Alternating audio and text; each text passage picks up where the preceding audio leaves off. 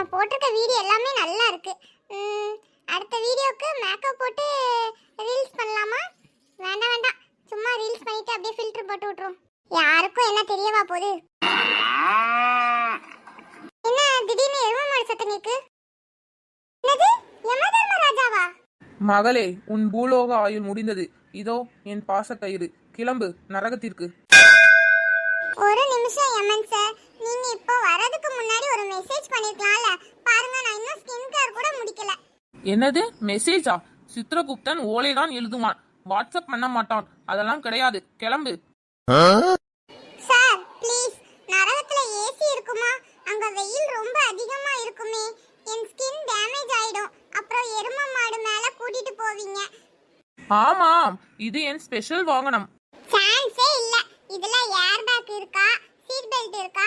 முக்கியமா எனக்கு இந்த Black and white காம்பினேஷன் பிடிக்கவே இல்ல. நரகத்துல பிங்க் கலர் எருமை இருந்தா சொல்லுங்க, நான் வாரேன். ஏ பெண்ணே, நான் உன் உயிரை பறிக்க வந்திருக்கிறேன். உன்னை டூர் கூட்டிட்டு போக வரல. அது சரி, அங்க வைஃபை கிடைக்குமா?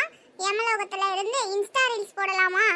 Living my best life with Yamaraja அப்படின்னு ஒரு போஸ்ட் போடணும். என்னது ரீல்ஸா? அங்க வரவங்க எல்லாம் கதறி அழுவாங்க.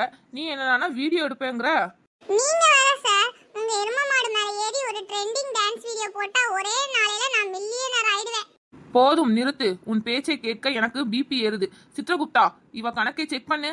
பிரபு, இவளுக்கு இன்னும் 50 வருஷம் ஆயுள் இருக்கு. ஆனா இவ பேசுறத பார்த்து நீங்க அவசரப்பட்டு வந்துட்டீங்க போல. என்னது 50 வருஷமா? இவ கூட இன்னும் 5 நிமிஷம் இருந்தா என் உயிரே போயிடும் போல இருக்கு. மகளே, நீ இங்கேயே இரு, நான் கிளம்புறேன். தயவு செஞ்சு யமலோகத்துக்கு மட்டும் வந்துடாத. அங்க இருக்கிற பாவம் செஞ்சவங்களே பாவம். அதுக்குள்ள கிளம்பிட்டீங்களா சார்? ஒரு செல்ஃபி ப்ளீஸ். ஏமா ஆள விடுமா சாமி.